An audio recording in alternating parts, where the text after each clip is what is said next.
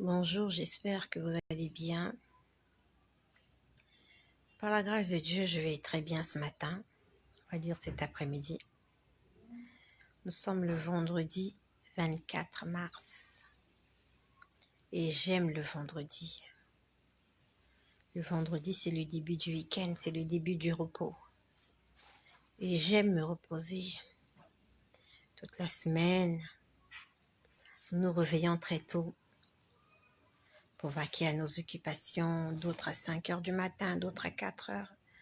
Moi, je me réveille tous les jours à 6 heures. J'ai des choses à faire, je travaille jusqu'à 11h30.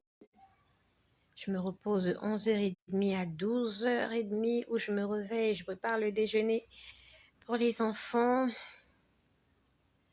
Et j'aime le vendredi parce que demain, je fais la grasse matinée.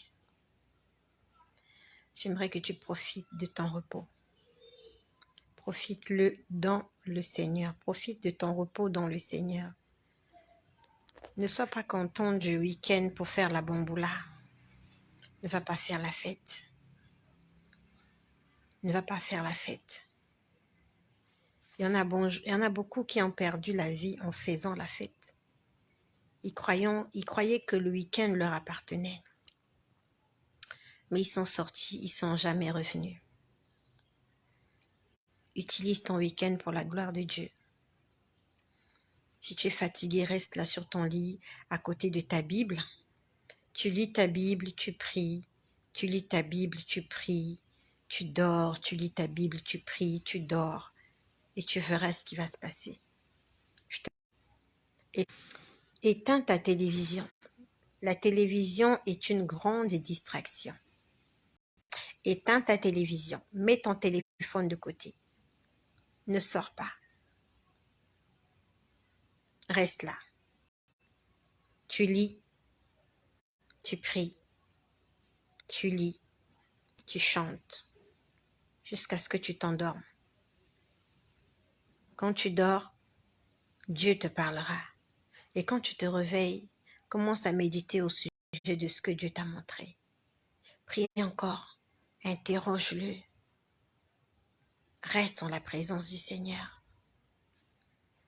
Et hier, j'étais là toute l'après-midi. Je n'ai pas fait de vidéo, j'étais très fatiguée hier. Chaque fois que je voulais prendre l'appareil pour faire la vidéo, j'étais fatiguée. Et j'étais juste en mode prière. J'étais juste en mode prière. Et j'entendais des chansons. Je me tournais à gauche, j'entends une chanson. Je me tourne à droite, j'entends une mélodie. Je tire mes pieds, j'entends une chanson. Je croise mes pieds, j'entends une mélodie. Je tourne à gauche, j'entends une chanson.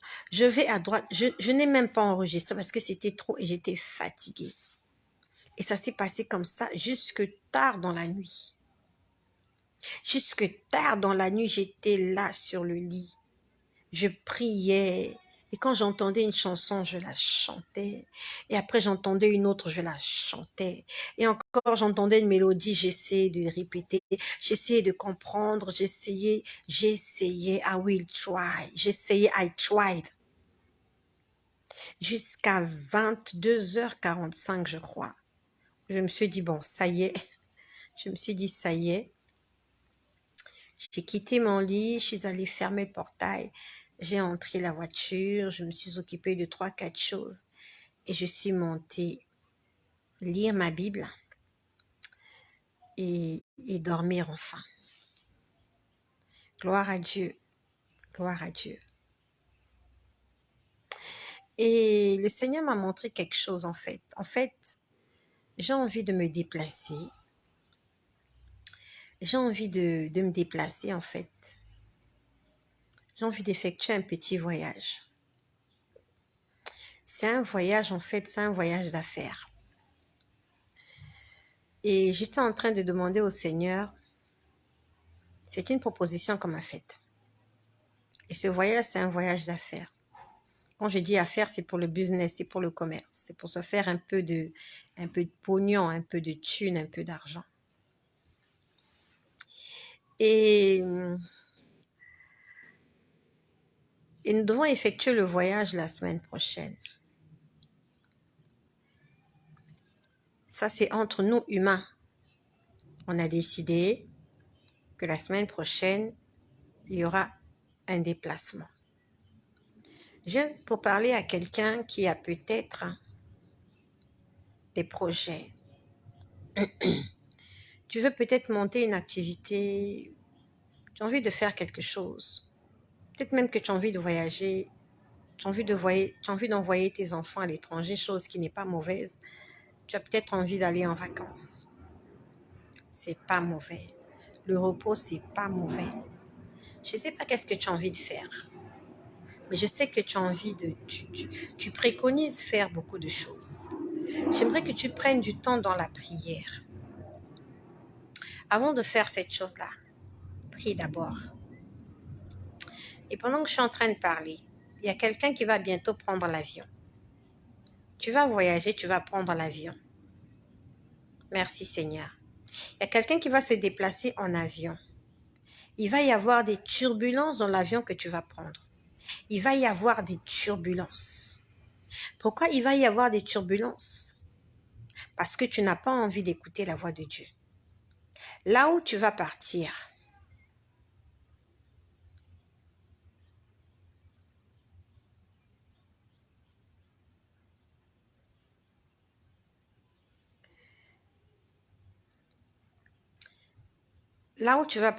alors je ne sais pas qui est en train d'écrire, moi très triste pour mes filles. Quoi, vous avez perdu vos filles pour le décès de leur? Alors, je suis en train de voir un message, je ne sais pas qui c'est. Bonsoir à ma sœur Eudoxie. J'étais en train de prier pour toi Eudoxie tout à l'heure, à midi. J'étais devant la porte de la cuisine et j'ai pensé à toi. J'ai prié pour toi Eudoxie, afin que les promesses du Seigneur s'accomplissent dans ta vie. Je me rappelle de ce jour-là, comment Dieu a dit l'année prochaine à la même époque. Et l'année en question est passée. Et j'étais en train de prier le Seigneur pour toi. Ça s'est passé ce midi. J'avais le balai en main et j'étais devant la porte de la cuisine. Je disais, Seigneur, souviens-toi de cette parole, de cette prophétie qui est sortie. J'ai dit, Seigneur, souviens-toi. J'ai dit, Seigneur, tu es souverain. Seigneur, tu n'es pas un menteur. On reconnaît un vrai prophète lorsqu'il a prophétisé que la chose arrive. Si un prophète a prophétisé que la chose n'est pas arrivée, ça veut dire qu'il y a un problème. J'ai dit, Seigneur, souviens-toi de ma sœur Eudoxie. Souviens-toi, Seigneur. Que le Seigneur te fortifie, ma sœur. J'étais vraiment en train de prier pour toi ce midi. On ne s'est jamais vu. Mais le Seigneur a mis dans mon cœur que je prie pour toi. Alors, je ne sais pas qui était en train d'écrire tout à l'heure, ça défilé. Très, très triste pour mes filles, quelque chose comme ça. Pour le décès de qui est mort. Qui est mort? Je ne sais pas qui a écrit ça. Vous avez perdu vos filles ou bien c'est le père de vos filles qui est décédé? J'en sais rien. J'ai vu un message tout à l'heure et si tu as perdu un être cher, que le Seigneur te fortifie. Que le Seigneur te fortifie vraiment. Si tu as perdu quelqu'un qui était proche de toi et qui t'a quitté brusquement, que le Seigneur te fortifie. Daniel, princesse de Dieu, leur père est décédé. Que le Seigneur fortifie Daniel, princesse de Dieu. Que le Seigneur les fortifie. Je ne sais pas quel âge elles ont. Mais moi, j'ai perdu mon père, j'étais très jeune et j'ai eu du temps. Et ça a pris du temps pour que je me remette. Que le Seigneur console tous les orphelins. Surtout quand les papas s'occupaient des enfants, quand ils étaient présents, surtout lorsqu'ils étaient présents dans la vie des enfants. Lorsqu'ils s'en vont, ça laisse un vide, un grand vide. Et je suis passée par là, je sais ce que c'est. Je sais ce que c'est. Que le Seigneur fortifie toutes les personnes en deuil. Si tu as mal au cœur, il faut pleurer. Pleure. Pleure celui qui est décédé. Mais ne te fais pas de mal. Pleure, pleure, pleure. Jusqu'à ce que tu te calmes. Que le Seigneur guérisse toutes les personnes qui sont malades. Qu'est-ce que j'étais en train de dire? Voilà. Donc, j'aimerais parler à quelqu'un qui a quelque chose à faire. Or, non. Je parlais de quelqu'un qui allait prendre l'avion. Mes filles étaient très proches de leur père. Que le Seigneur fortifie les filles. Il faut prier pour elles, afin qu'elles ne perdent pas les repères. Parce que généralement, quand le papa n'est plus là, il y a comme un déclic dans la tête des enfants. Il y a comme un déclic. On se dit, si papa était là, après, il y a des enfants qui perdent la foi. Lorsque j'ai perdu mon père, j'étais petite, mais il y a eu des moments où j'ai maudit Dieu. J'avais maudit Dieu, j'avais dit, Dieu, pourquoi tu as pris mon père? J'ai dit, dans la famille, il y a des gens qui sont plus âgés que mon père. J'ai dit, j'ai encore mes 2 grands-pères qui sont là. Tu aurais dû prendre un de mes grands-pères. Pourquoi tu as pris mon père? J'ai maudit Dieu, j'ai dit, pourquoi tu as fait ça? Prions pour les enfants, prions pour les orphelins. Que le Seigneur te fortifie, ma sœur. Et surtout qu'il fortifie les enfants. Prie pour les enfants. Afin qu'elles ne se détournent pas du chemin que Dieu a tracé pour elles. Qu'elles n'accusent pas Dieu d'être à l'origine de tout ce qui va se passer après la mort de leur père. Que ce soit dans votre vie commune ou dans leur vie, ils vont se dire, quand papa était là, si papa était là, et je sais ce que c'est, je suis passée par là. Du jour au lendemain, ma vie avait changé. Et c'est un changement brusque. La veille, j'étais dans une belle maison. Il y avait la climatisation chez nous dans les années 80, vous savez.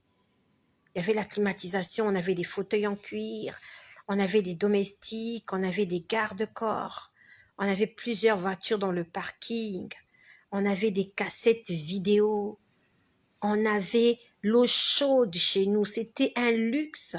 On avait le magnétoscope, on avait le téléphone, on avait un majordome, on avait un cuisinier, on nous lavait les vêtements, on faisait tout pour nous. Il y avait un jardinier, on avait des garde-corps, on avait des animaux chez nous. Et un mardi matin, tout s'est arrêté. On n'avait plus de majordome. Il n'y avait plus de jardinier, il n'y avait plus de cuisinier. Vous savez, le cuisinier, quand vous allez le voir, vous lui dites, j'ai envie que tu me fasses ceci. Il s'appelait Monsieur Faustin. Monsieur Faustin ne travaillait plus. Le majordome, tous les matins, il venait faire le ménage dans nos chambres. Il venait rassembler les habits sales, les amener dans la buanderie. Souvent, il nous appelait, venez m'aider à laver les habits. Il mettait dans la machine. Il nous disait, venez m'aider à plier les draps. Il ne venait plus. On avait un jardinier. Quand il balayait la cour, on était là, on le dérangeait. Souvent dans la cour, on avait des petits crocodiles dans la cour, on avait des animaux, on avait des lapins, on avait un aigle à la maison, on avait aussi un chimpanzé, on avait souvent des lapins, des tortues.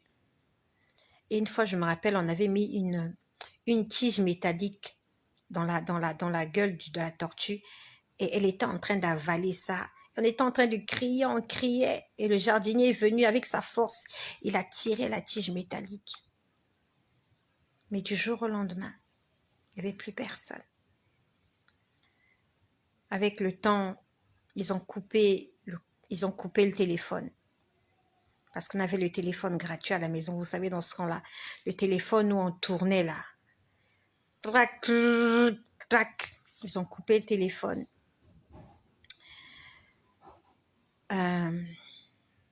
Avec le temps, on ne pouvait plus utiliser la climatisation parce qu'il n'y avait plus personne pour payer l'électricité. Donc, nous qui étions habitués à dormir dans la climatisation, on devait dormir maintenant dans la chaleur. On ne pouvait plus utiliser le chauffe-eau parce que ça consommait beaucoup d'électricité. Il n'y avait plus de chauffeurs pour nous accompagner à l'école parce que personne ne pouvait plus les payer. Il fallait partir à l'école à pied. Dans le temps, quand on se réveillait, la table était faite, le petit déjeuner était fait. On allait juste, on se faisait un sandwich vite fait. Vous sautez dans la voiture et le chauffeur vous emmène. Il n'y avait plus de chauffeur. Il y avait des gardes-corps là, dans toute la parcelle, dans le temps. Le soir, quand on n'avait rien à faire, on allait dans la cour et on voyait les gardes-corps. Il y avait des militaires à la maison. On causait avec eux, ils étaient là, dans leur petit endroit, ils suivaient la télé. Mais après le départ de papa, le soir, quand on sortait dans la cour, il n'y avait personne. C'était désert. Ils ont commencé à s'en aller les uns après les autres, jusqu'à ce qu'il n'y ait plus personne. Jusqu'à ce qu'il n'y ait plus personne. Et c'est quelque chose que je ne souhaite pas à quelqu'un. Je ne souhaite pas qu'une autre fille puisse vivre ce que j'ai vécu. Raison pour laquelle je prie pour mes enfants. Que mes enfants ne puissent pas vivre cela. Tout cela à cause de la méchanceté des hommes. À cause du cœur méchant et tortueux de l'homme qui veut tout gagner. Il y a des hommes qui croient que lorsqu'ils vont éliminer un tel ou un tel, il se sentira bien. Il pourra mieux régner, il pourra mieux commander s'il élimine telle ou telle personne. Mais il oublie que derrière cet homme, il y a des petits-enfants. Il y a des gens qui dépendent de cet homme que toi tu veux tuer. Je ne sais pas si c'est peut-être ton mari, tu souhaites la mort de ton mari parce qu'il te trompe, il est peut-être infidèle lui. Il mérite la mort, c'est vrai, il t'a trompé. Mais est-ce que tu te rends compte de toutes les personnes que tu vas faire souffrir parce que tu auras tué cet homme juste à cause de la jalousie? Parce que tu crois que ce qu'il a entre les jambes là, ça t'appartient. Ça t'appartient. Et ça te donne le droit de ôter la vie à quelqu'un. De tout couper comme ça. Du jour au lendemain, tu as tout coupé. Tu as sectionné. Tu as décidé que ça s'arrêtera là. Parce que toi, on ne peut pas te trahir. On ne peut pas te manquer de respect. On ne peut pas t'insulter. Et tu décides d'arrêter avec la vie de quelqu'un. Cet homme-là a des parents. Cette femme-là a des parents. Il y a des gens qui sont sous sa responsabilité. Toi, tu ne vois que la personne. Regarde le monde qu'il y a derrière cette personne. Toutes les personnes qui vivent grâce à cette personne. C'est comme lorsque tu tues une poule. Peut-être qu'elle a des œufs dans son ventre. Peut-être que bientôt, elle va pondre des œufs. Peut-être qu'elle a des poussins quelque part. Toi, tu vois seulement, je vais tuer, je vais manger le poulet. Regarde les poussins. Ils vont se retrouver tout seuls. Et peut-être à l'intérieur, il y a des œufs. À cause de ton avidité, à cause de ton égoïsme, à cause de ta haine, à cause de ta jalousie, à cause de ton manque d'amour, à cause de ton mauvais cœur. Il y a quelqu'un qui est mort. Il y a des gens qui sont morts. Tu as brisé des vies. Tu as détruit des vies à cause de l'argent. Et depuis que tu as cet argent, tu n'es même pas heureux. Tu as tué quelqu'un parce que tu t'es senti trahi. Et les orphelins qui sont là, Tu pourras t'en occuper. Tu pourras consoler le cœur d'un orphelin. Un enfant qui voit sa vie basculer du jour au lendemain sans y avoir été préparé. Basculer complètement à 360 degrés à cause de toi. Heureusement que je ne suis pas Dieu. Disons merci parce que Dieu est Dieu. Si moi j'étais Dieu, dès que tu as tué, le même soir tu meurs. Mais je ne suis pas Dieu. Le Dieu qui a créé toutes choses. Même quand tu as tué, il te donne 20 ans, 30 ans, 50 ans, 60 ans, 90 ans de vie en plus. Alors qu'il y a des gens qui souffrent à cause de toi. Il y a des filles qui vont devenir des prostituées à cause de toi. Il y a des enfants, des garçons qui vont être des brigands, des bandits, des drogués à cause de toi. Pendant que tu continues à grossir ta femme, à enceinte ta femme, pendant que tu continues à te la couler douce, il y a des enfants qui ont une vie brisée à cause de toi. Heureusement que je ne suis pas Dieu. Heureusement que je ne suis pas Dieu. Et heureusement que toi aussi tu n'es pas Dieu. Parce que ce qui est sûr, c'est que si nous étions Dieu, tous les méchants allaient disparaître, y compris nous-mêmes. Parce que nous sommes tous méchants. Tous méchants. Je suis en train de parler à quelqu'un qui va prendre un avion. Tu vas prendre un avion et cet avion va avoir beaucoup de turbulences. Il va y avoir des turbulences. Comment ils appellent ça? Oui, des turbulences. Et tu vas paniquer. Pourquoi il va y avoir des turbulences? Parce que le voyage que tu vas effectuer là, tu ne l'effectues pas pour la gloire de Dieu. Tu ne l'effectues pas pour la gloire de Dieu. En effectuant ce voyage, tu es en train d'attrister le Saint-Esprit. Tu es en train d'aller faire des bêtises là où tu es en train de partir. Et les turbulences qu'il va y avoir là, en fait, ça sera comme l'histoire de Jonas.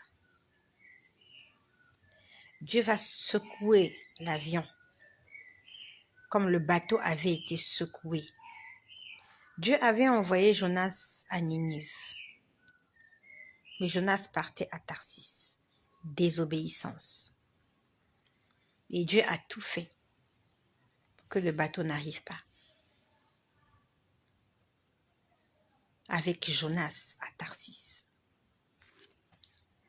Ma prière pour toi est que il ne faut pas qu'à cause de toi les gens meurent.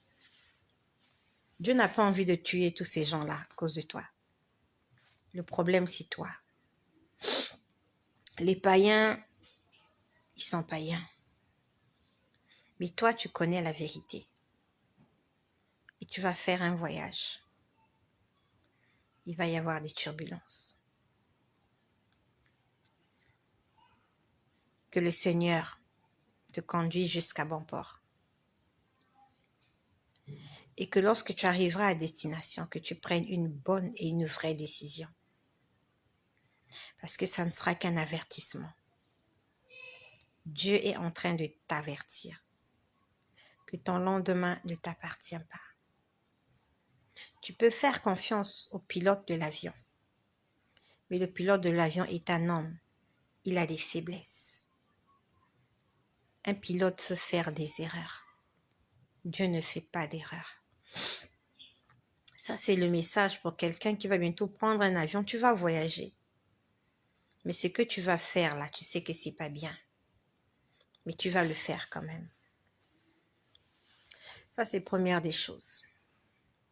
En dehors de ça, qu'est-ce que je suis en train de dire? Oui, ok. Je compte faire un voyage. Je compte faire un voyage. Et j'étais en train de dire au Seigneur, est-ce qu'il voulait vraiment que je fasse ce voyage-là?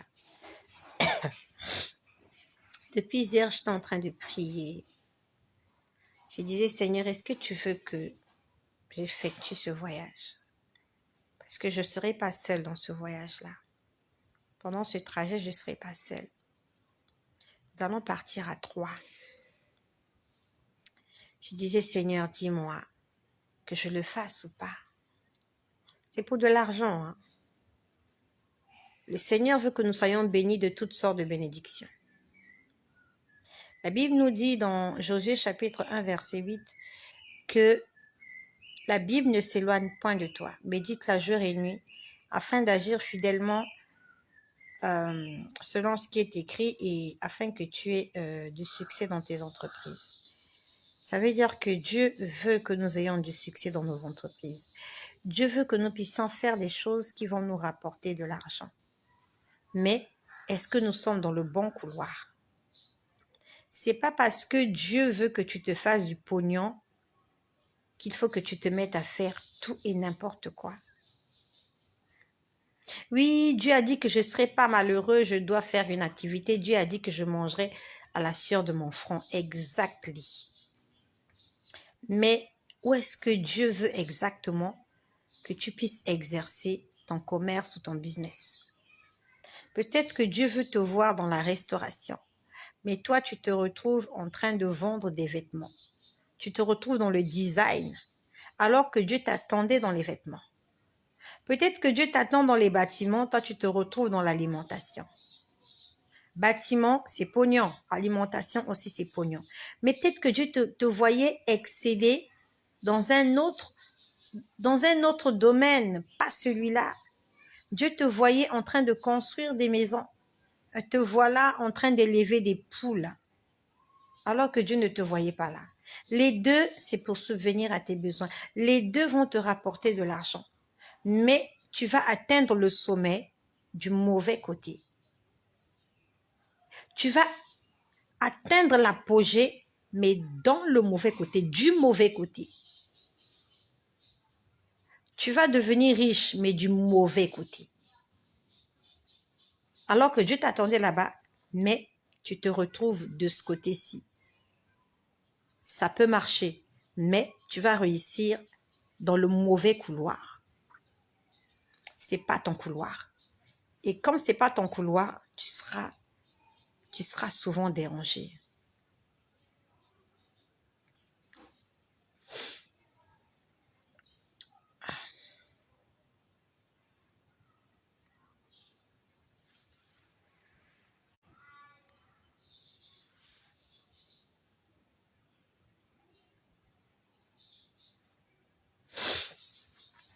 Donc, j'étais en train de dire au Seigneur, je sais qu'il veut me bénir, je sais qu'il va me bénir.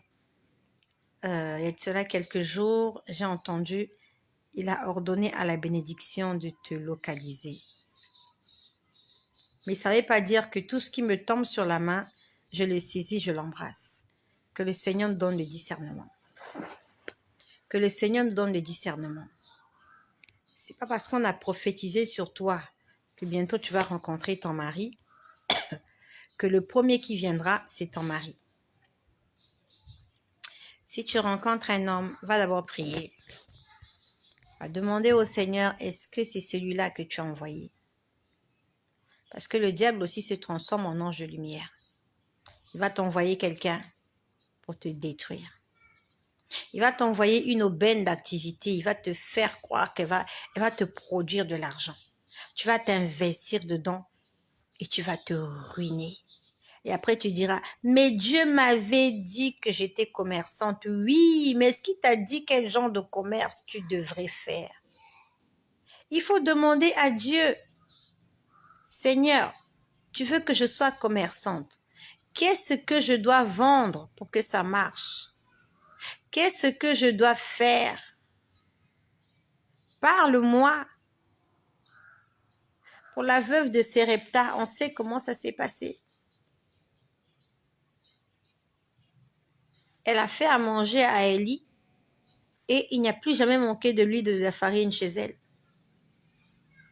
Pour la veuve qui est venue voir Élie parce que son mari avait laissé des dettes, on lui a dit, va remplir les vases d'huile et va les vendre. Que Dieu te dise qu'est-ce que tu dois faire. afin que tu ne perdes ni du temps, ni de l'argent. Il y a des gens qui disent qui ne risque rien n'a rien. Pourquoi tu as envie de risquer? Alors que tu as un Dieu qui peut te répondre. Tu t'investis dans une activité, tu essayes. Pourquoi tu veux essayer? N'essaye pas. Fais des choses qui vont réussir. Et pour faire des choses qui vont réussir, il faut que tu fasses les bonnes choses. Les débuts peuvent être timides, mais si c'est la volonté de Dieu pour toi, tu vas réussir. Donc j'étais en train d'interroger le Seigneur. J'ai dit, Seigneur, est-ce que tu veux vraiment que j'effectue ce voyage? Est-ce que la route est ouverte? Et cette nuit, le Seigneur m'a répondu. Parce que j'ai insisté. Chaque quelques jours de la date de départ, je suis à quelques jours de ce voyage. Je dis, Seigneur, réponds-moi. Il faut que tu me répondes parce que je ne veux pas être surprise. J'ai vu, le Seigneur me disait, ça ne va pas aboutir. Pourtant, c'est une aubaine. Quand on m'a parlé de ce projet, c'est un projet qui donne envie. Le Seigneur m'a dit, ça n'aboutira pas. Est-ce que ça n'aboutira pas parce que Dieu ne veut pas? Ou est-ce que ça n'aboutira parce qu'il y a des hommes qui vont hypothéquer? Ça, c'est un autre problème. C'est un autre problème. J'aimerais juste parler de mon témoignage afin que cela puisse édifier quelqu'un. Quand je viens parler ici, je ne parle pas de quelqu'un d'autre. Je parle de moi. Donc, Dieu est clairement en train de me montrer que le projet en question, on peut le commencer, mais on va se casser la figure après. On va se casser la figure après. Consulte Dieu avant de faire quelque chose. Vaut mieux que tu puisses garder cet argent-là en banque. Garde-le d'abord. Que d'essayer de le dilapider comme ça pour rien. Je vous ai dit que l'année dernière, le Seigneur m'a demandé de me lancer dans une activité. Et ça allait me demander beaucoup d'argent. J'ai pris du temps pour réfléchir. J'ai pris du temps pour interroger Dieu. À un moment donné, je voulais abandonner. Dieu m'a dit, fais-le. J'ai dit, Seigneur, j'ai pas tout l'argent qu'il me demande. Comment tu me demandes de faire quelque chose? J'ai pas d'argent. Et je suis même pas sûre que ça va marcher. Et en plus, je travaille plus. Personne ne va m'aider dans ce projet. Personne, nobody. No, quand je dis nobody, nobody. Nobody ne va m'aider. Et je suis en train d'hypothéquer toutes mes économies. Je dis bien all my money. Je suis en train d'hypothéquer toutes mes économies pour ce projet. Donc, ça veut dire qu'après ce projet, je serai nue comme un verre. Après ce projet, c'est comme si je n'ai jamais travaillé de ma vie. Mon compte sera à zéro. J'étais conscient de ça. Je ne suis pas célibataire sans enfant. J'ai 5 enfants. Donc, avant de faire des choses, je réfléchis. Je dois m'occuper des enfants, il y a la santé, il y a la nourriture, il y a l'école. Je ne peux pas prendre tout mon pognon, toutes mes économies, je vais jeter dans un projet. Mais Dieu m'a dit, fais-le. J'étais hésitante pendant des mois. J'ai hésité pendant des mois. Je voulais être sûre. Ne sois pas pressé, mon frère. Ne sois pas pressé, ma sœur. Vaut mieux faire la chose tard que de la faire précipitamment et de regretter. Quand tu as fait tard, l'argent est toujours au frais. Quand tu as fait tard, l'argent est toujours au frais. C'est encore au frais, tu peux encore faire quelque chose. Mais quand tu as fait trop tôt, tu as dépensé. Quand tu as fait trop tôt, tu t'es investi, tu as dépensé et tu n'as pas terminé. C'est comme une maison. Tu as commencé à la construire et quand tu arrives, tu commences à mettre la toiture. Il y a une tornade qui vient tout détruire. C'est comme si tu n'as rien fait. En fait, tu as tout perdu. Ou alors il y a un tremblement de terre. Ou je sais pas quoi. Alors que si tu avais gardé cet argent, tu avais attendu, il y aurait eu le tremblement de terre. Et après le tremblement de terre, même si tu n'as pas de maison, mais tu as toujours de l'argent. Tu peux encore construire. Tu peux faire quelque chose de nouveau. Celui qui bâtit sans l'Éternel bâtit enfin. Il y a tellement de gens, lorsqu'il apprend, il y a un deal là-bas, ça va nous rapporter des millions. Dès que tu entends des millions, tu te jettes sans interroger Dieu. Est-ce que tu sais que Satan est menteur? Tout ce que Satan veut, c'est de te ruiner. Il va te présenter la pomme, des choses qui brillent, des choses qui donnent envie. Lorsque tu vois, tu dis, je vais devenir riche. Ah, quand j'aurai cet argent, je vais acheter la maison, je vais acheter une nouvelle voiture. Quand j'aurai cet argent, oui, c'est bien. Et qui t'a dit que ça va marcher? La pomme était belle. Quelle couleur elle avait, je ne sais pas. Mais quand ils l'ont mangée, ils ne pouvaient plus repartir en arrière. Tout était gâté. Ils ne pouvaient plus, même s'ils avaient vomi ça, ils avaient déjà mangé. Avant de te lancer dans cette activité, ça ne te coûte rien. 3 jours de prière, c'est pas beaucoup. Va dire à tes partenaires, va dire à tes gens là, donnez-moi 3 jours, donnez-moi 4 jours, donnez-moi 1 semaine, je vais réfléchir. Si ce projet-là, c'est pour toi, ils vont t'attendre. Ils vont pas le donner à quelqu'un. Parce que tu t'es retiré pour consulter ton Dieu. Et quand tu te retires pour consulter ton Dieu, Dieu préserve. Si c'est pour toi, Dieu va le préserver. Dieu va le garder. Il va le garder au frais. Va prier. Va consulter Dieu. Et Dieu te répondra. Le Seigneur m'a dit que ça n'aboutira pas. Donc j'ai compris que ça n'aboutira pas. C'est pas grave. Et la vie continue. D'accord. La vie continue. Et la chose qui est là, c'est que j'ai demandé maintenant à Dieu, comme le voyage est gratuit, puisque c'est un voyage gratuit. Le voyage, il est gratuit. Je me suis dit, Seigneur, est-ce que tu permets que je voyage? Même si le projet n'aboutira pas, je sais que le projet n'aboutira pas, mais ça me fait quelques jours de vacances. Est-ce que je peux voyager? Juste pour aller me divertir, juste pour changer un peu d'air. Only trip. Juste un voyage. Au lieu que ce soit un voyage d'affaires, je vais appeler ça un voyage de relaxation. J'en ai sûrement besoin. J'en ai besoin. Un petit voyage, loin de la maison, loin du bruit. Ne pas être obligé de se réveiller le matin. Pendant quelques jours, ça me ferait du bien. Donc ma prière maintenant est, Seigneur, est-ce que je peux voyager quand même? Tout en sachant que ce qu'on va faire ne va pas aboutir, d'accord? Est-ce que je peux voyager quand même? Donc je suis là-dessus et je sais qu'il va me répondre. Voilà. Vous savez, quand c'est gratuit, il faut profiter, hein? Mais n'oublions pas que dans la gratuité, il y a des risques aussi.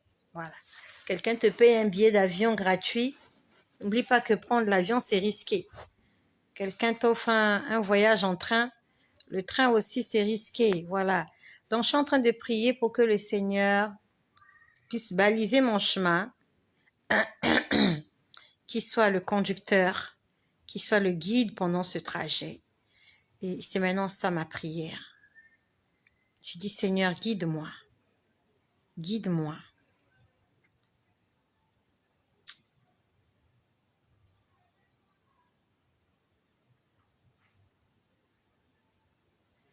Merci Edwige.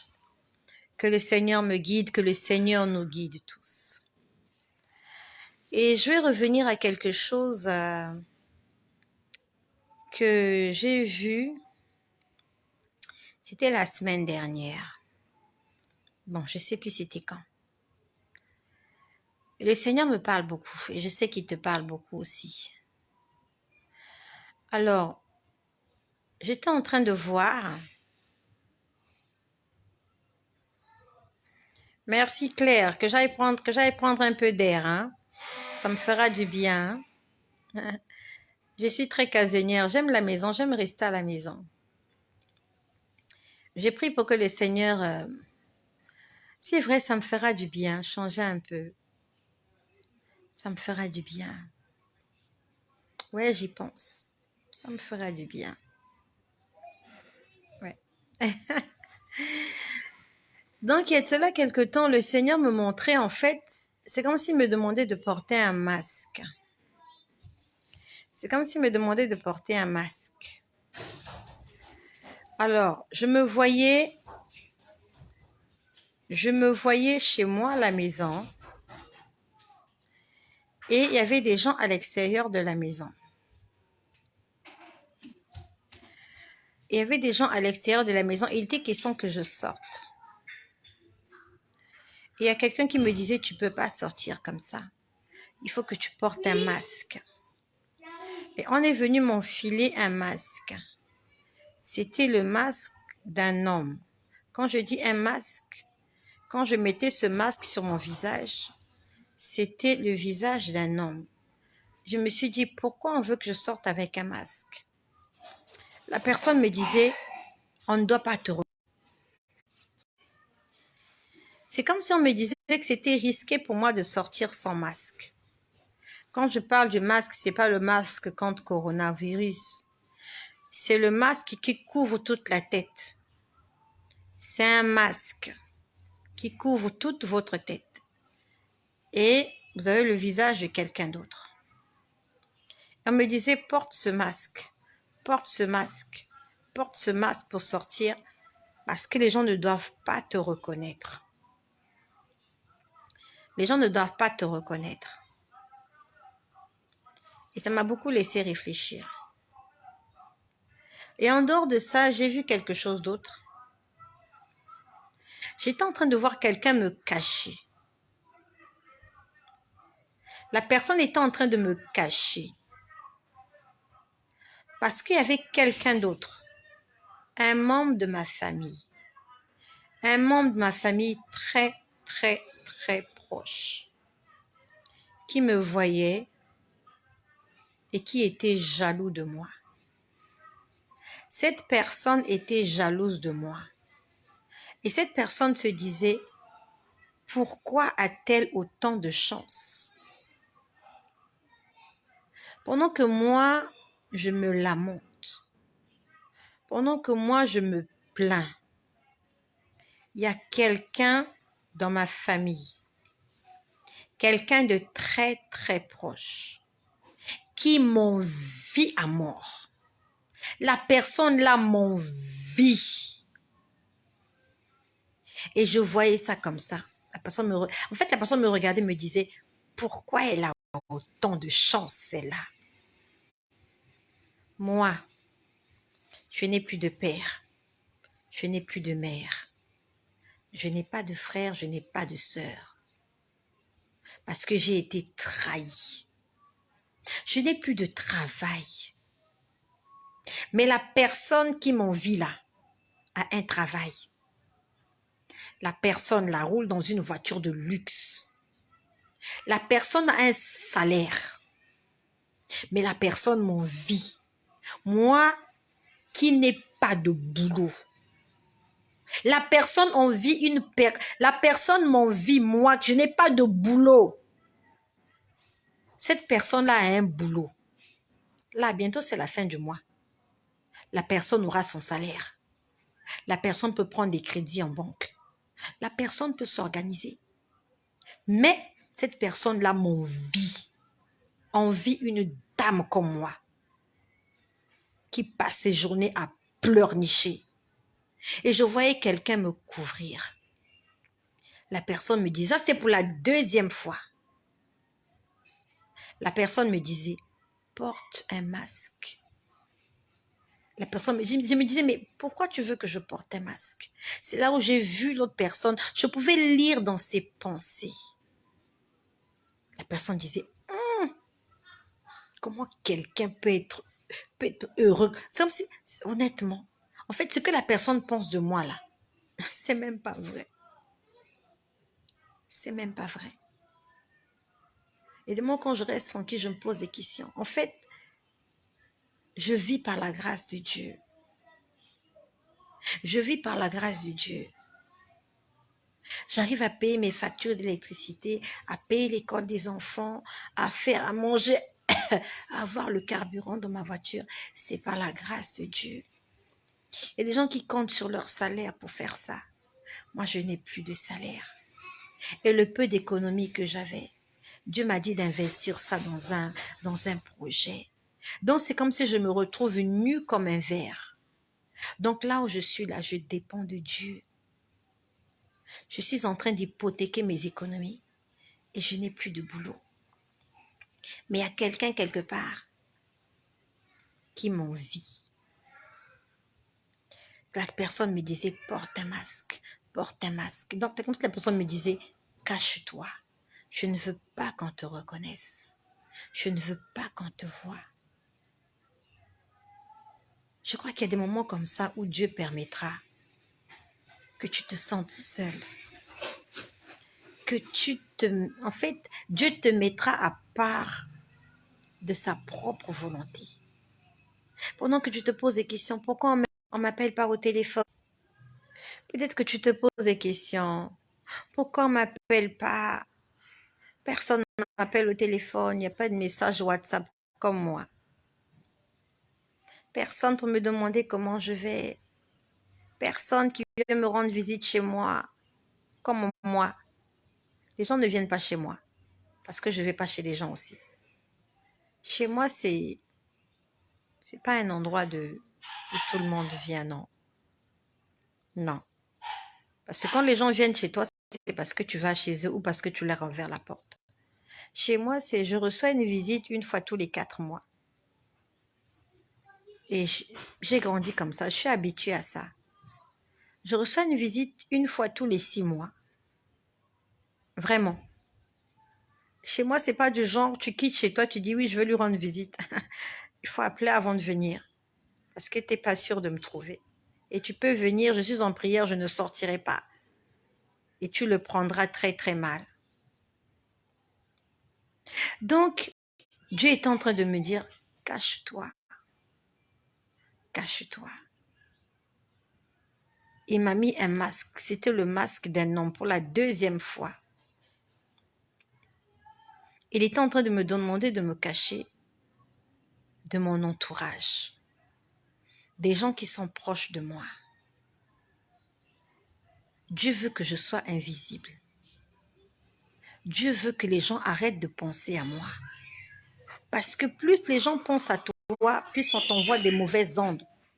Parce que la plupart des gens qui nous entourent sont mal intentionnés. Mais quand quelqu'un t'a oublié, mais quand quelqu'un se souvient de toi, il t'envoie toutes les malédictions du monde. À la limite, quand il t'appelle, tu crois qu'il t'appelle pour avoir de tes nouvelles. Il appelle juste pour savoir si tu es toujours en vie. Et si tu n'as pas comment on appelle ça? Et si tu n'as pas de plainte, voilà. Ah, je vais l'appeler, savoir s'il n'a pas un problème. Est-ce que ses enfants vont bien? Et il t'appelle, ah, mais j'ai pensé à toi, comment allez-vous? Quand tu lui dis, mais j'ai ma petite qui est malade au fond du cœur, il dit, c'est bien fait pour toi. Si elle peut même mourir, ta fille là. Et toi, tu crois qu'il t'appelle parce qu'il veut prendre de tes nouvelles? Non. Il veut savoir comment ça se passe dans ton couple. Et ton mari, ça va? Parce qu'il attend que tu lui dises, ben, ça fait 2 mois qu'il a déserté la maison. Et quand tu vas dire ça à la personne, il va dire, oh, pauvre de toi, oh, nous allons prier. Faux. C'est ce qu'il veut. C'est ce qu'elle veut. Elle a appris ça. Elle a appris que ton mari a déserté. Elle t'appelle, elle te fait croire qu'elle est avec toi. Vous savez, j'ai vécu une histoire comme ça. Ça fait près de 2 ans. Ça fait près de 2 ans que j'ai vécu une histoire comme ça. Des membres de ma famille. Il y avait un mariage dans une ville, dans le pays où je suis. Il y avait un mariage dans la famille, à la capitale. Moi, je ne vis pas à la capitale. Moi, je vis dans une petite ville. Il y avait un mariage à la capitale. Et la majorité des gens de la famille se sont retrouvés à ce mariage dans la capitale. Moi, je n'étais pas allée. Et dans ce mariage-là, ils se mettent à parler de moi. Écoutez-moi l'histoire. Ça s'est passé il y a cela 2 ans, je crois. Ils se mettent à parler de moi. Et pendant qu'ils parlent de moi, ils demandent de mes nouvelles aux gens qui vivent dans la même ville que moi. Donc, on demande à quelqu'un, « Ah, mais comment va Estelle ?» La personne dit, « Oh, Estelle, oh, mais son mari l'a chassée, elle a divorcé, elle est en train de souffrir, elle est malheureuse. » Les personnes disent, « C'est vrai. » Il dit, « Mais c'est vrai. Estelle ne vit plus là où elle est. L'homme là l'a mise dehors. Mais qu'est-ce qui s'est passé? Je ne sais pas ce qui s'est passé. Mais elle est dehors, elle est abandonnée à elle-même avec ses enfants. » Donc, ils sont en train de parler des choses et c'est quelqu'un qui vit à quelques mètres de chez moi qui est en train de raconter ça. Il est en train de raconter ça avec fierté. Oh, mais Estelle, on l'a chassée de la maison. Mais toi qui es mon parent, pendant qu'on me chassait de la maison, qu'est-ce que tu as fait? Il a dit ça avec éloquence, avec fierté. Et les gens à ce rassemblement-là, c'était un mariage. J'étais allée pour un mariage. Donc, je crois qu'il y avait un mariage et un décès. Donc, je ne sais pas s'ils ont parlé de moi lors du mariage ou du décès, j'en sais rien. Et les gens qui étaient au courant de ça, ils ont été choqués parce que ça faisait quelque temps qu'ils étaient chez moi et que j'avais organisé le mariage de ma nièce à la maison. Il y a une nièce que j'ai mariée, on va dire, ça fait quoi, peut-être 3 ans ou 4 ans. Le mariage s'est passé chez moi à la maison parce que chez moi, c'est grand. Et ces gens-là ont été choqués parce qu'ils se sont dit, mais non, mais comment? Mais quand même, on est venu chez elle, elle avait l'air heureuse, mais son mari était gentil. Oh, le monsieur dit, oh, c'est fini, c'est fini. Et voilà comment, dès que le mariage est fini, certains sont rentrés chez eux. Et parmi les gens qui sont rentrés chez eux, il y avait des gens qui étaient dans ma ville. Et voilà comment un samedi, je reçois la visite d'une cousine. Elle vient chez moi à la maison le samedi. Bon, je l'ai reçue. On a suivi, je crois, on suivait des témoignages sur YouTube. Et après, je l'ai invitée prendre le petit déjeuner. J'ai fait le petit déjeuner, je l'ai invitée dans la salle à manger. Et on était en train de prendre le petit déjeuner. Et c'est là qu'elle se met à me raconter l'histoire. Que lorsqu'ils étaient en voyage pour le mariage, il y a quelqu'un qui vit à quelques mètres de chez moi, qui est membre de ma famille, qui leur a dit que c'était fini, chez dans la rue. Je lui ai dit, mais tu es venu me trouver où? Elle me dit, en tout cas, le monsieur nous a dit, c'est fini. J'ai dit, ben attends, je vais appeler le propriétaire de la maison afin que tu sois rassuré que lui et moi, on n'a pas de problème. J'ai pris mon téléphone. J'ai appelé le propriétaire de la maison, qui est l'homme qui m'a épousée. Allô, comment vas-tu? Il me dit, ça va bien. Ah, ok, ben écoute, je suis avec un tel et tout, qu'est-ce que tu as à lui dire? Ah! Il a raconté. Après, j'ai raccroché. Je lui ai dit, dis-moi un peu. Quelqu'un qui m'a chassé de sa maison, quelqu'un qui m'a jeté dans la rue, il pouvait parler avec moi comme ça. J'ai dit, mais pourquoi la personne a fait ça? Pourquoi la personne a fait ça? Vous savez pourquoi la personne a fait ça? Parce que dans le monde des ténèbres, ils ont tout fait pour que ça se passe comme ça. Il y a eu une alliance. Il y a eu une entente entre les sorciers de ma famille et les sorciers de l'homme qui m'ont épousée. Dans le monde des ténèbres, ils s'entendent très bien. Eux, ils ont envie de bouffer leur fils. Les miens ont envie de me bouffer. Donc la nuit, ils s'entendent, ils se mettent ensemble quelque part. Comment on fait pour les bouffer? Donc mes parents disent, on veut la fille. L'autre côté disent, on veut le fils. Comment on fait? On va les séparer. Donc dans le monde des ténèbres, ils nous avaient déjà séparés. Donc dans leur sorcellerie, ils avaient déjà tout fait et ils croyaient que ça avait marché. Mais ils avaient oublié une chose, il fallait qu'ils viennent vérifier la journée. Ils ne sont pas venus vérifier la journée si ce qu'ils ont fait la nuit avait marché. Et eux, ils ont cru que ça s'est passé comme ils ont vu dans leur écran la nuit. Mais la journée, pendant que le soleil brillait et que Jésus-Christ était au contrôle, ça ne s'est pas passé comme ils ont vu la nuit. Les sorciers, ils se sont fiés à leur écran, même pas à leur écran, à leur imagination. Donc, comme dans leur monde là, peut-être qu'ils ont fait des poupées vaudou de nous. Peut-être qu'il y a une photo de moi qu'ils ont déchirée, ils ont froissé, ils ont brûlé la photo. Ils ont aussi pris la photo de l'homme qui m'a épousée, ils ont mis des épingles dessus, ils ont fait des prières d'imprécation. Ils ont cru que ça avait marché. Mais ils ont oublié, il fallait faire un tour la journée. Mes amis, il faut venir vérifier si ce que vous avez fait la nuit a marché. C'est pas la peine de faire la propagande. Ah, ça a marché. Qui t'a dit que ça a marché? Toi, tu connais l'alliance que cette femme-là a avec Dieu. Donc, cet homme-là, cette personne-là est allée raconter des choses qu'ils ont fait dans la sorcellerie. Et il croyait que ça avait marché. Il était sûr que ça avait marché. Sauf que ça n'a pas marché. Parce que j'ai un Dieu qui confond mes ennemis. Et ma cousine, quand on me parle, ma cousine dit, il était tellement sûr de lui. Elle m'a dit, nous étions tristes pour toi. On dit, mais nous, en fait, elle m'a dit, mais on s'est posé la question, qu'est-ce qui s'est passé? Cet homme-là, il est tellement gentil. Qu'est-ce que toi, tu as fait pour que cet homme-là te chasse? J'ai dit, ma sœur, tu es venue ici, là. Tu as vu qu'on m'a chassé? Tu as vu qu'on m'a chassé? J'aimerais te dire que dans la nuit, ils ont des programmes, des choses qu'ils font. Et souvent, ils croient que ça a marché. Souvent, ils croient que ça a marché.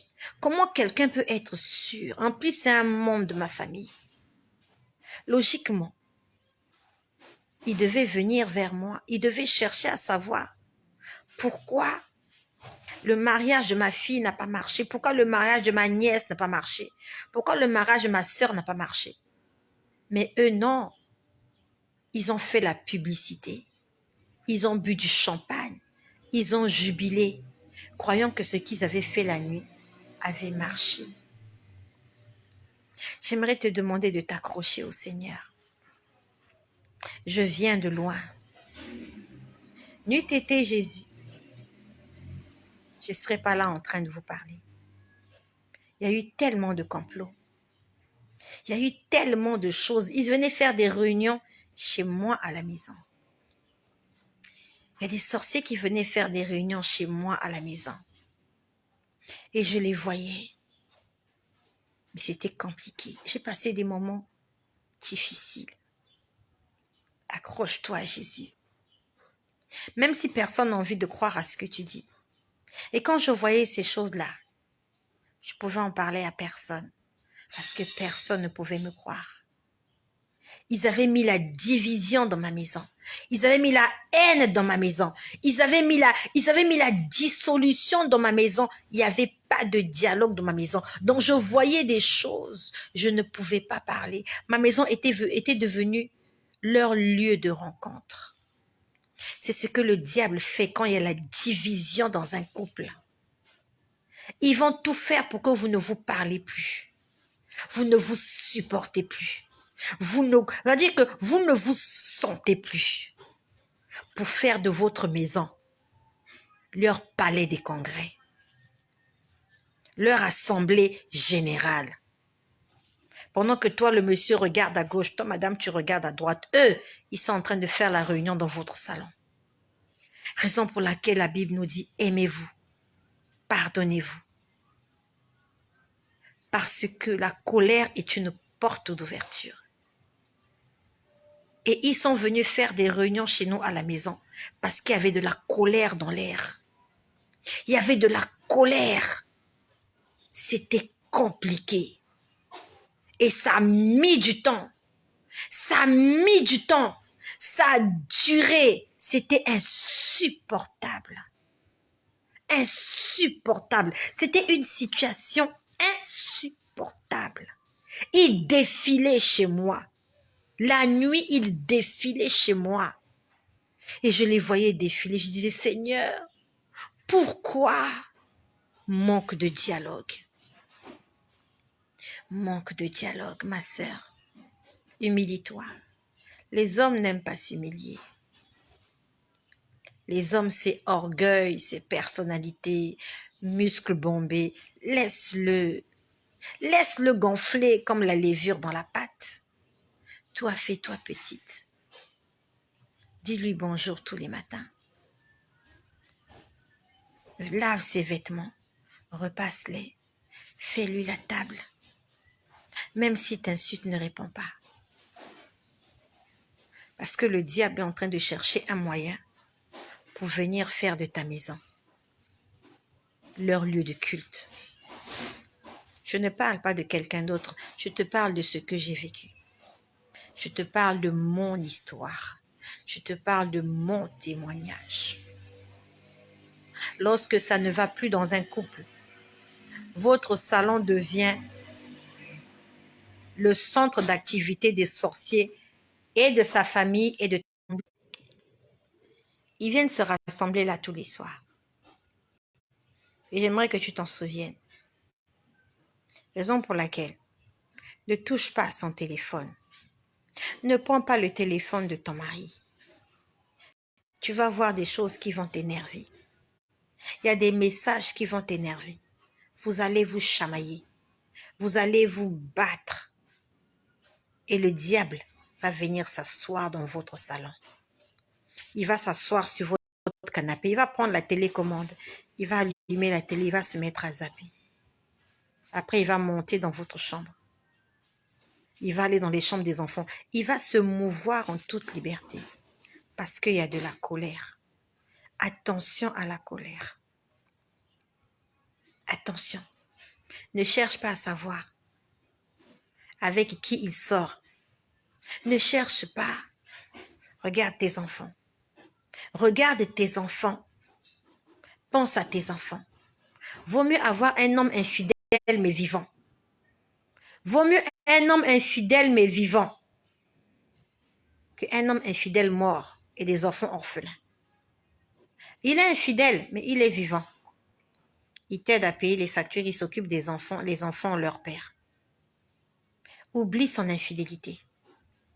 Que le Seigneur mette de l'eau dans ton vin. Ne prends pas son téléphone. Ne cherche pas à savoir. Il était avec qui? Qu'est-ce qu'ils se sont dit? On a fait quoi? On a fait qui? N'entre pas là-dedans. Tu vas perdre ta stabilité. Ils vont te voler ton mari. Ils vont te voler ton ménage. Ils vont briser ton ménage. Lorsque tu as mal au cœur, mets-toi à genoux. Pleure, pleure, pleure, pleure, pleure et demande à Dieu de venir te consoler. Ne va pas l'attraper au collet. Ne va pas à la cuisine prendre un couteau pour le poignarder, tu vas le regretter. Quand tu as mal, ma sœur, prie ton Dieu. Prie ton Dieu. Le diable adore la colère. Et il fera tout pour te mettre en colère. Mais toi, sois sage. Dieu avait averti Caïn. Le péché est couché à ta porte. Mais toi, sois ferme et ne tombe pas. Attention à la colère. Je ne suis pas venue prêcher. Je ne suis pas venue prêcher. Je suis venue témoigner de ce que j'ai vécu. Et n'eût été le Seigneur, n'eût été l'intervention divine,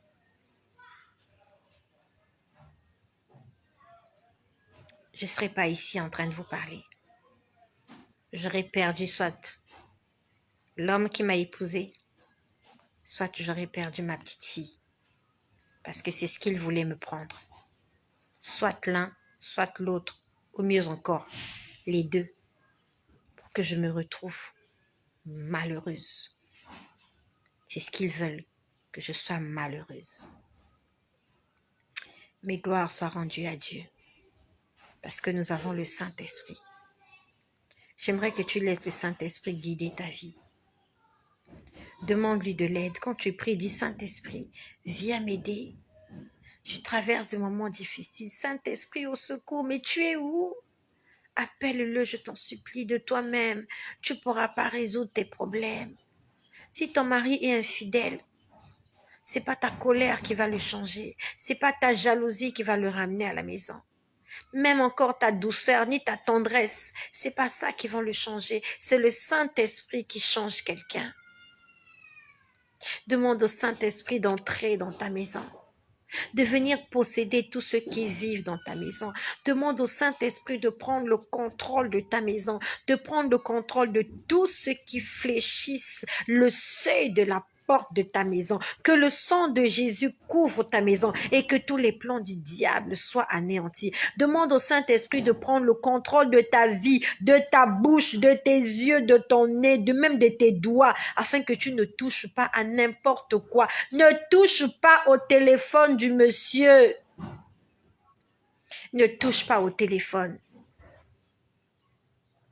Ne touche pas à son téléphone.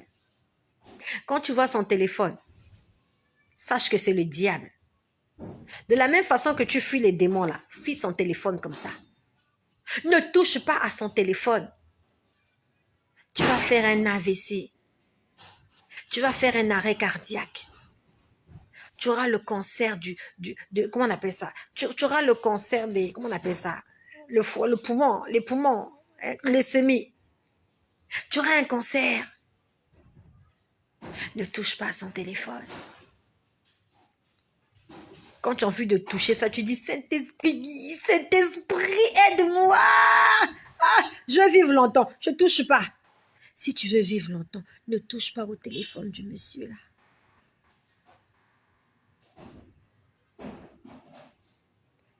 C'est pas ce que je voulais dire, mais le Seigneur m'a conduit là pour enseigner quelqu'un. Le Seigneur m'a conduit là pour enseigner quelqu'un. Pour que quelqu'un soit édifié. Attention à la colère. On va te voler ton mari. Attention à la colère. Ils vont te voler tes enfants. Ils vont venir faire leur réunion chez toi. Je te parle de mon histoire. Je te parle de ma vie. Je te fais mon témoignage. Père éternel, Jésus-Christ, merci. Parce que tu nous as enseigné aujourd'hui sur la colère et sur la maîtrise de soi, sur le pardon et sur l'amour. Seigneur, merci parce que le Saint-Esprit est en train de faire un travail dans la vie de chacun d'entre nous. Le Saint-Esprit est en train de posséder nos vies. Et il y a une langue de feu qui se pose sur la tête de chaque personne qui écoute cette vidéo. Afin que nous puissions te ressembler. Pas que nous puissions ressembler à nos pensées, à nos envies. Nous voulons te ressembler, tel tu es, tel nous voulons être. Des personnes aimantes, des personnes charitables, des personnes miséricordieuses. Oh Seigneur, nous avons besoin de ton aide. Aide-nous dans nos entreprises, dans nos familles, dans nos ménages, dans notre couple, dans nos mariages, dans tout ce que nous faisons, dans notre ministère. Seigneur, prends le contrôle de toutes choses. Nous te demandons pardon, Seigneur, parce que nous avons laissé entrer l'ennemi dans nos maisons. Dans notre intimité, nous avons ouvert des portes. Seigneur Jésus, dans l'ignorance. Seigneur, tu as dit, mon peuple meurt parce qu'il lui manque la connaissance. Et la connaissance, c'est le Saint-Esprit qui nous la donne. Saint-Esprit de Dieu, viens remettre la joie dans la vie, dans les familles meurtries, divisées. Seigneur, dans la vie des parents qui sont séparés. Seigneur éternel, que quelqu'un qui veut divorcer, Seigneur, prenne encore du temps dans la prière, afin que ce divorce ne puisse pas avoir lieu, parce que derrière un divorce, il y a plusieurs vies qui sont brisées. Seigneur, ramène l'harmonie dans les couples. Seigneur, amène l'entente, l'amour, la charité dans les églises, entre les dirigeants et le peuple. Seigneur, entre l'homme, la femme. Seigneur, entre les parents et les enfants. Seigneur Jésus-Christ, entre les hommes. Seigneur, que l'amour revienne. Seigneur Jésus, tu as dit dans ta parole que l'amour, c'est le plus grand commandement. Tu as dit, aimez-vous les uns les autres et tu aimeras le Seigneur ton Dieu de tout ton cœur. Seigneur, apprends-nous à aimer, même lorsque nous sommes flagellés, même lorsque nous sommes martyrisés, même lorsque nous sommes insultés, même lorsque nous sommes bannis de la société. Seigneur, continue à mettre de l'amour dans notre cœur. Seigneur, de la même façon que tu as traité ces Samaritains qui ne voulaient pas te recevoir alors qu'il fallait que tu montes à Jérusalem et que les disciples tombent et les